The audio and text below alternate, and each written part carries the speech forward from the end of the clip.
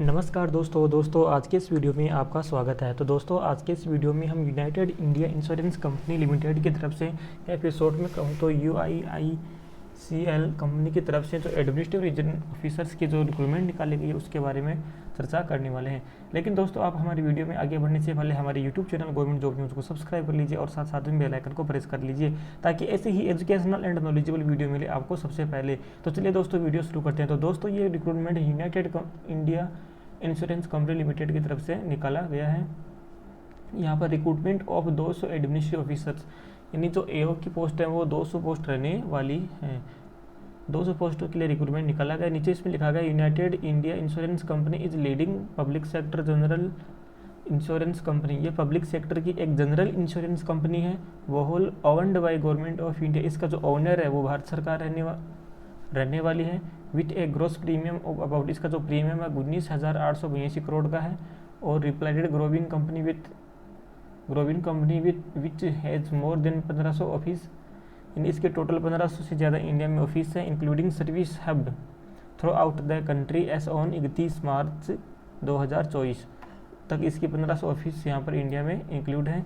यहाँ पर इस पर वैकेंसीज, यहाँ पर नीचे इसकी वैकेंसीज दी गई हैं जिसमें स्पेशलिस्ट और जर्नलिस्ट दोनों की अलग अलग वैकेंसी है, जिसमें 100 वैकेंसी स्पेशलिस्ट की रखी गई हैं और 100 वैकेंसी जर्नलिस्ट की रखी गई हैं। यहाँ पर रिस्क मैनेजमेंट है उसकी 10 पोस्ट हैं। फाइनेंस एंड इन्वेस्टमेंट है उसकी भी 20 पोस्ट हैं। ऑटोमोबाइल इंजीनियर की 20 पोस्ट हैं।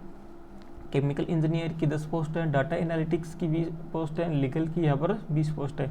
इस प्रकार से यहाँ पर टोटल 100 पोस्ट हैं। और जो जर्नलिस्ट है उसकी भी यहाँ पर 100 पोस्ट रखी गई हैं। यहाँ पर एक कैटेगरी वाइज आपको पोस्ट दी गई है जिसमें SC ST OBC जो भी है।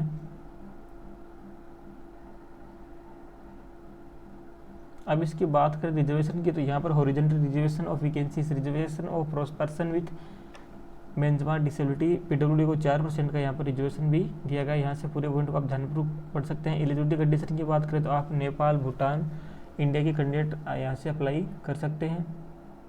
अब इसकी एजुकेशन क्वालिफिकेशन की बात करें तो यहाँ पर candidate must purchase certificate in proof of passing the qualifying examinations on 30/9/2024। The minimum educational qualification required for various discipline are.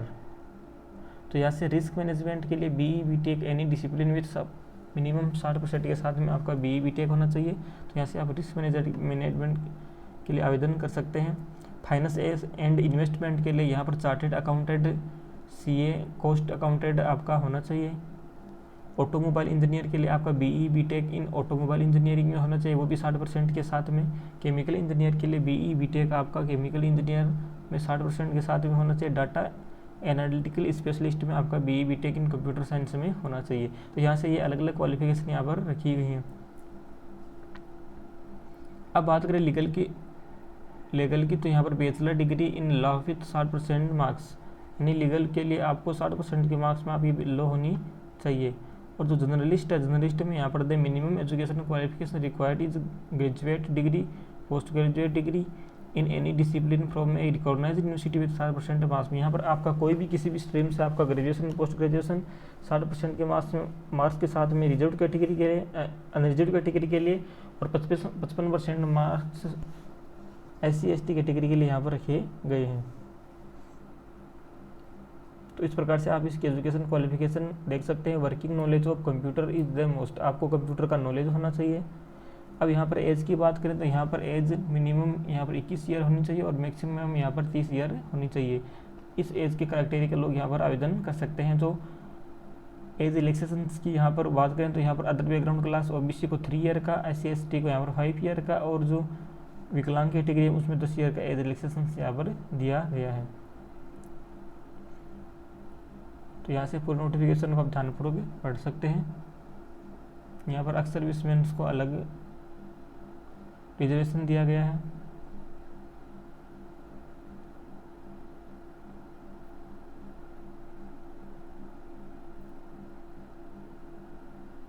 Reservation of for economically weaker section जो EWS कैंडिडेट है उसके लिए रिजर्वेशन यहाँ पर अलग से रखा गया है।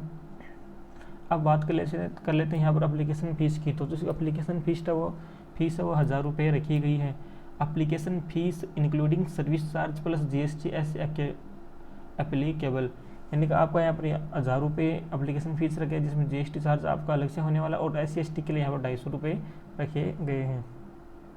अब इसकी बात करें इंपॉर्टेंट डेट की, तो यहाँ से इसके ऑनलाइन रजिस्ट्रेशन है वो 15 अक्टूबर से स्टार्ट हो जाएंगे, और जो उसका लास्ट ऑनलाइन रजिस्ट्रेशन डेट रहेगा वो 5 नवंबर रहने वाला है। एप्लीकेशन प्रोसेस, यहाँ पर ऑनलाइन आवेदन करना होगा आपको। यहाँ पर इसका पेपर पैटर्न दिया गया, तो जो इसका टोटल 200 नंबर का पेपर होगा, और 200 क्वेश्चन आपको देखने को मिलेंगे, जिसमें 25 क्वेश्चन आपको रीजनिंग के देखने को मिलेंगे, 40 क्वेश्चन यहाँ पर इंग्लिश के देखने को मिलेंगे, और क्वांटिटी एप्टीट्यूड के यहाँ पर 25 क्वेश्चन देखने को मिलेंगे, और जनरल अवेयरनेस के 20 क्वेश्चन, कंप्यूटर नॉलेज के यहाँ पर 30 क्वेश्चन, और जो इन एडिशनल टेस्ट और ethics, technical and professional knowledge के यहाँ पर 60 क्वेश्चन आपको देखने को मिलेंगे। इस प्रकार से 200 नंबर का 200 क्वेश्चन होंगे, और आपके 250 नंबर का आपका मैक्सिमम मार्क्स होने वाला है, और यहाँ पर 150 मिनट का आपको समय मिलने वाला है।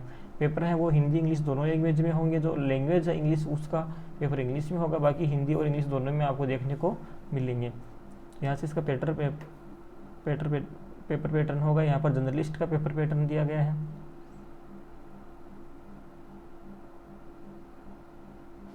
तो इस प्रकार से नोटिफिकेशन में आप पूरी इन्फॉर्मेशन देख सकते हैं। जो इम्पोर्टेंट इन्फॉर्मेशन थी जो वो मैंने यहाँ पर आपको हाईलाइट करके यहाँ पर बता दिया है। तो दोस्तों इस प्रकार से आप पूरे नोटिफिकेशन को रीड करके यहाँ से एडमिनिस्ट्रेटिव रीजन, यदि आपकी अच्छी क्वालिफिकेशन है तो इसके लिए आप ऑनलाइन आवेदन कर सकते हैं। बहुत ही हाई रेपुटेटेड जॉब ये रहने वाली है। तो दोस्तों आपको वीडियो कैसी लगी? वीडियो पसंद आई है तो वीडियो को लाइक कीजिए और अपने दोस्तों के साथ में शेयर कीजिए।